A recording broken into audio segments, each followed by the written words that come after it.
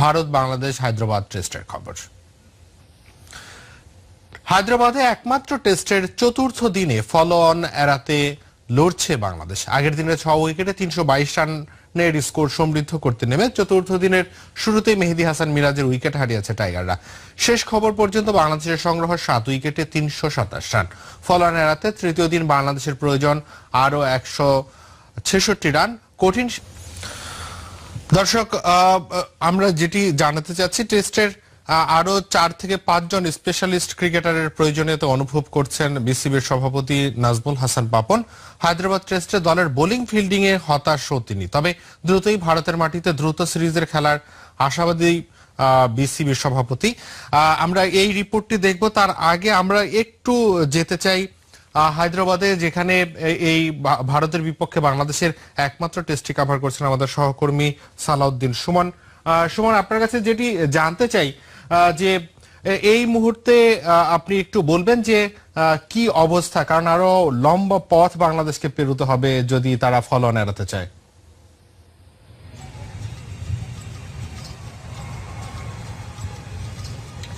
দেখুন, গতকালকের যে বাংলাদেশ শেষ সেশনটা যেভাবে খেলেছে তাতে কিন্তু একটা ভালো জায়গায় যাওয়ার ভিত কিন্তু করে দিয়েছিল মেহেদী হাসান মিরাজ এবং মুশফিকুর রহিম। সেই জায়গার থেকে যে মূল চ্যালেঞ্জটা ছিল আজকের সকালটা, অর্থাৎ ভারতীয় পেসারদের অ্যাটাকটা কিন্তু সকালে যেভাবে তারা শুরু করেছে সেটি কিন্তু মানে মোকাবেলা করাই মূল চ্যালেঞ্জ ছিল বাংলাদেশের এই দুই ব্যাটসম্যানের জন্য। যদি আপনি চিন্তা করে দেখেন যে যদি 1 ঘন্টা বা 2 ঘন্টা যদি এই দুই ব্যাটসম্যান ব্যাট করতেন তাহলে কিন্তু আর মাত্র 5টি সেশন বাকি থাকতো। সেই ক্ষেত্রে ম্যাচে অন্য কিছু, অর্থাৎ আরো মানে লড়াইয়ে টিকে থাকার যে সম্ভাবনা বাংলাদেশের ছিল সেটি কিন্তু আরো উজ্জীবিত হয়ে থাকতো। কিন্তু সেই ক্ষেত্রে যখন আমরা সকালে আর্লি উইকেট হারালাম, অর্থাৎ মেহেদী হাসান মিরাজ প্রথম ওভারেই তিনি কিন্তু মানে টিকে থাকতে পারেননি। সেই আক্রমণের বিপক্ষে যখন তাইজুল এসছেন, কিন্তু আসলে ভয়ের বা শঙ্কার জায়গা কিন্তু থেকে যাচ্ছে যে হয়তো খুব দ্রুত গুটিয়ে যাবে বাংলাদেশের দল ব্যাটসম্যানরা। আর যদি সেটি হয় তবে হয়তো বিপদে পড়তে হতে পারে, হয়তো ফলো অন করতে হতে পারে, আবার না হতে পারে। তবে মূল যে জিনিসটি, যে যতক্ষণ আসলে লম্বা সময় টিকে থাকা যায় এবং যত লম্বা সময় টিকে থাকা যাবে ততই কিন্তু বলটা বাংলাদেশের কোর্টের দিকে আসারও সম্ভাবনা রয়েছে। রাকিব, সালাউদ্দিন, আপনাকে অনেক ধন্যবাদ আমাদের সঙ্গে যোগ দেওয়ার জন্য। দর্শক, আগের দিনই 81 রানে অপরাজিত ছিলেন আমাদের অধিনায়ক মুশফিকুর রহিম, যে কারণে কিন্তু এখন পর্যন্ত মনে হচ্ছে যে যদি তিনি সেঞ্চুরি পান সেক্ষেত্রে একটা নতুন মাইল ফলক তিনি স্পর্শ করবেন, অর্থাৎ বাংলাদেশের পক্ষে তৃতীয় সর্বোচ্চ টেস্টে রান সংগ্রাহক হবেন তিনি। একটু দেখতে চাই এর আগে কোন দুজন ছিলেন। সেই তালিকায় সবার উপর আছেন তামিম ইকবাল, যিনি 47তম টেস্ট খেলছেন। 3467 রান এখন পর্যন্ত তিনি সংগ্রহ করেছেন। সর্বোচ্চ রান ছিল 206, গড় প্রায় 40-এর কাছেই। 8টি সেঞ্চুরির পাশাপাশি 20টি 50 আছে। এরপর সাকিব আল হাসান, এই অলরাউন্ডার 3295 রান এখন পর্যন্ত করেছেন, তার গড় হচ্ছে 41.18। 4টি সেঞ্চুরির পাশাপাশি 21টি 50 আছে তার ব্যাট থেকে। এই মুহূর্তে হাবিবুল বাশার সুমন আসলে মুশফিকুর রহিমের উপরে আছেন। 3026 রান হচ্ছে হাবিবুল বাশার সুমনের, 30.87 ছিল তার গড়। এবং মুশফিকুর রহিম আজকে অবশ্য 3003, এই রানটি আরেকটু বেড়ে দাঁড়িয়েছে, এখন পর্যন্ত 3007-এর মতো। তারও কিন্তু একটা ডাবল সেঞ্চুরি আছে এবং 34.51 হচ্ছে মুশফিকুর রহিমের গড়। দর্শক, গাজীপুরের সফিপুরে আনসার এবং গ্রাম প্রতিরক্ষা বাহিনীর 37তম জাতীয় সমাবেশে বক্তব্য রাখছেন প্রধানমন্ত্রী শেখ হাসিনা। সরাসরি যাচ্ছি তার বক্তব্যে। দারিদ্র্য এবং সন্ত্রাস মুক্ত ডিজিটাল বাংলাদেশ গড়ার সংগ্রামে আমাদের সার্বক্ষণিক প্রেরণার উৎস হয়ে থাকবে।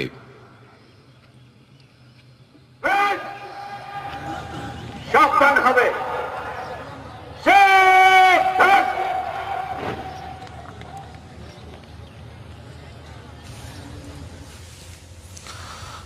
আবারও যাচ্ছি ভারত বাংলাদেশ টেস্ট সিরিজের খবরে। টেস্টের জন্য 4 থেকে 5 জন স্পেশালিস্ট ক্রিকেটারের প্রয়োজনীয়তা অনুভব করছেন বিসিবির সভাপতি নাজমুল হাসান। হায়দ্রাবাদ টেস্টে দলের বোলিং ফিল্ডিং এ হতাশ তিনি, তবে দ্রুতই ভারতের মাটিতে পূর্ণ সিরিজ খেলার ব্যাপারে আশাবাদী তিনি। এদিকে স্পিন কোচের খোঁজে ভারতীয় সুনীল যোশীর সঙ্গে কথা বলেছেন বোর্ড কর্তারা। নিউজিল্যান্ডের পর ভারত সফরেও ছন্নছাড়া বাংলাদেশের ক্রিকেট দল। প্রথম ইনিংসে নির্বিষ বোলিং আর দ্বিতীয় ইনিংসে ব্যাটসম্যানদের এক প্রকার উইকেট বিলিয়ে দিয়ে আসা, সেই সঙ্গে বারবার রান আউটে দলকে বিপদে ফেলানো। ভারত সফরের পর সব মিলিয়ে টেস্ট ক্রিকেটে যে বাংলাদেশের উন্নতির জায়গাগুলোর কথা আবারও মনে করিয়ে দিলেন বিসিবি বস নাজমুল হাসান। সে কারণেই 4-5 জন আলাদা টেস্ট স্পেশালিস্ট ক্রিকেটার বানানোর ভাবনার কথা জানালেন তিনি। আলটিমেটলি আমাদের যেটা করতে হবে, আমাদের টেস্টের জন্য 4-5টা প্লেয়ার আলাদা করতেই হবে, কোনো এছাড়া কোনো পথ নেই। কারণ এই ওয়ার্কলোডটা আমাদের এখন এফটিপিতে এত খেলা আগের মতো তো না, এখন কন্টিনিউয়াস খেলছে এবং ইনজুরি দেখেন আপনি, টায়ার্ড হয়ে যাচ্ছে। বোলিং ফিল্ডিংয়ে মাঠে বেশ অগোছালো ছিল টাইগাররা, বিশেষ করে সিনিয়র ক্রিকেটাররা। তাদের এই দৈন্যদশা আসলে কাটানো যাবে না জন্টি রডসের মতো বিশ্ববিখ্যাত ফিল্ডিং কোচদের আনলেও। তবে এ নিয়ে বিসিবি বসের ভাবনা একটু ভিন্ন। তামিম, সাকিব, মুশফিক, রিয়াদ, এদেরকে তো আর শেখানোর কিছু নাই। এখন কি শিখাবে আপনি বলেন, কোচ কি শিখাবে তাদেরকে? সো এটা হয়, it's part of the game. খারাপ হচ্ছে, ব্যাড লাক যে এরকম হচ্ছে। কথা উঠেছিল এমন পারফরমেন্সের পর আবার কবে ভারত সফরে যাবে বাংলাদেশ। জবাবে নাজমুল হাসান জানান, ফার্দার কোনো সিরিজ নিয়ে এখন পর্যন্ত আলাপ হয়নি, কারণ এখানে তো বিসিসিআই তো আপনারা জানেনই এখন কার সাথে কথা বলবো।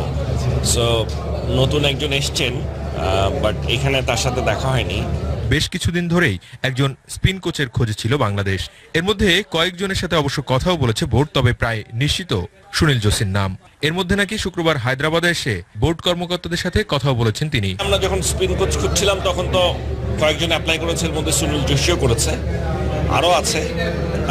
এটা আমরা ঢাকায় গিয়ে ফার্দার আলোচনা করে আমরা ফাইনাল করব। Salauddin Suman, Jamuna sports, Rajiv Gandhi international cricket stadium, Hyderabad, Bharat.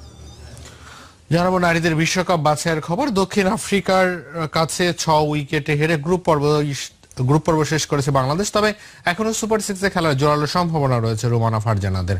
Group পর্বে নিজেদের শেষ ম্যাচে প্রথমে ব্যাট করে মাত্র 100 রানই অল আউট হয় বাংলাদেশ, যেখানে 2 অঙ্কের কোটে স্পর্শ করতে পারেননি বাংলাদেশের 8 ব্যাটার। তবে ইনিংস সর্বোচ্চ 39 রান করেন অধিনায়ক রোমানা। তবে বল হাতে কোনো প্রতিরোধই করতে পারেনি Jahanara কুবরারা।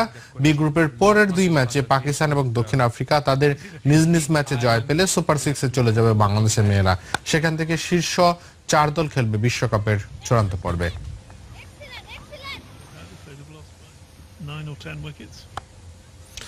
Bangladesh cricket league BCL এর খবর। তৃতীয় রাউন্ডের দ্বিতীয় দিনের আজ 2 ম্যাচে লড়ছে 4 দল। চট্টগ্রামে বিসিবি নর্থ জোনের বিপক্ষে ব্যাট করতে নেমে শেষ খবর পর্যন্ত ইস্টের সংগ্রহ 3 উইকেটে 321 রান। ফতুল্লার সাউথ জোনকে প্রথম দিন অল আউট করার পর ব্যাট করতে নেমে সেন্ট্রাল জোনের সংগ্রহ 1 উইকেটে 30 রান। নর্থ জোনের বিপক্ষে আগের দিনের 293 রান নিয়ে দ্বিতীয় দিন ইস্ট জোনের ইনিংস বড় করতে নামেন 2 অপরাজিত ব্যাটসম্যান জাকির হাসান এবং ইয়াসির আলী। আগের দিনই 50 পাওয়া জাকিরের সঙ্গে আফিফ হোসেনের 105 এবং ইমতাজ হোসেনের 81 রানের ইনিংসে মূলত বড় স্কোরের স্বপ্ন দেখছে সেন্ট্রাল জোন। প্রথম 2 ম্যাচে জয়হীন সেন্ট্রাল এবং নর্থের জয় একটি, আর অন্যটি ম্যাচ ছিল ড্র।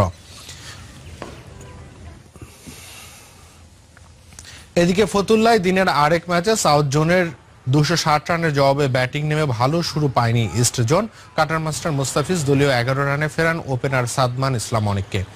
আর প্রথম ইনিংসে মূলত শুভাগত হোমের 6 উইকেটের শিকারে বড় স্কোর করতে ব্যর্থ হয় সাউথ জোন। বিসিএল এর প্রথম 2 রাউন্ডে 1 জয় 1 হার ইস্টের, বিপরীতে 1 ড্র এবং 1 জয় হচ্ছে প্রাইম ব্যাংক সাউথ জোনের। এবার ফুটবল। বাফুফের সাধারণ সম্পাদক আবু নাইম সোহাগের নির্দেশেই চাকরিচ্যুত করা হয়েছে হেড অব প্রোটোকল মনি বেগমকে। ঢুকতে দেওয়া হয়নি বাফুফে ভবনে। আর এই ঘটনায় অমান্য করেছেন সিনিয়র সহসভাপতি আব্দুল সালাম মুর্শিদির নির্দেশও। সাধারণ সম্পাদকের এমন স্পর্ধায় ক্ষুব্ধ সিনিয়র সহসভাপতি। দায়িত্ব নিয়েছেন মনি বেগমের সকল পাওনা পরিশোধের।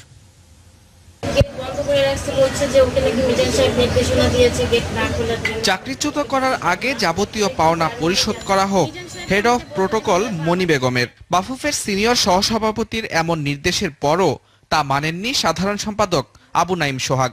উল্টো বাফুফে ভবনে মনি বেগম যেন ঢুকতে না পারেন তার সব ব্যবস্থাই করে রেখেছিলেন সোহাগ। ঘটনার আকস্মিকতায় অসুস্থ হয়ে হাসপাতালে চিকিৎসাধীন ছিলেন মনি বেগম, যা নিয়ে ক্ষুব্ধ সিনিয়র সহসভাপতি। কোনো কর্মকর্তা যদি আমাদের এখানে নাও থাকে, একটা সিদ্ধান্ত হয়, সেটারও কিন্তু একটা প্রসিডিউর আছে। সে এতদিন কাজ করেছে, তার অনেক কিছু থাকতে পারে এখানে। আমি মনে করি সেখানে হয়তো জেনারেল সেক্রেটারি ছিলেন কিনা আমি জানি না, হয়তো তারই নির্দেশ পালন করেছে বলে মনে হয়। শুধু মনি বেগম নয়, সাধারণ সম্পাদকের দাপটে চাকরি হারিয়েছেন আরও বেশ কয়েকজন কর্মকর্তা। আর বাধ্য হয়ে চাকরি ছেড়েছেন শীর্ষ কয়েকজন কর্মকর্তাও। সে যে নির্দেশনাটা দিয়েছিল সেই নির্দেশনাটা ওভার এক্সারসাইজ হয়েছে, আসলে এটা সঠিক ছিল না। আমি মনে করি আমাদের HR বা অ্যাডমিন যাই করেছে সেটি সে ভুল করেছে এবং পরবর্তীতে সে ব্যক্তিগতভাবে স্বীকার করেছে।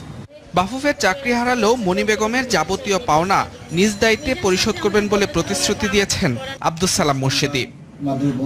মুজ্জামিল তারেক, যমুনা স্পোর্টস, ঢাকা।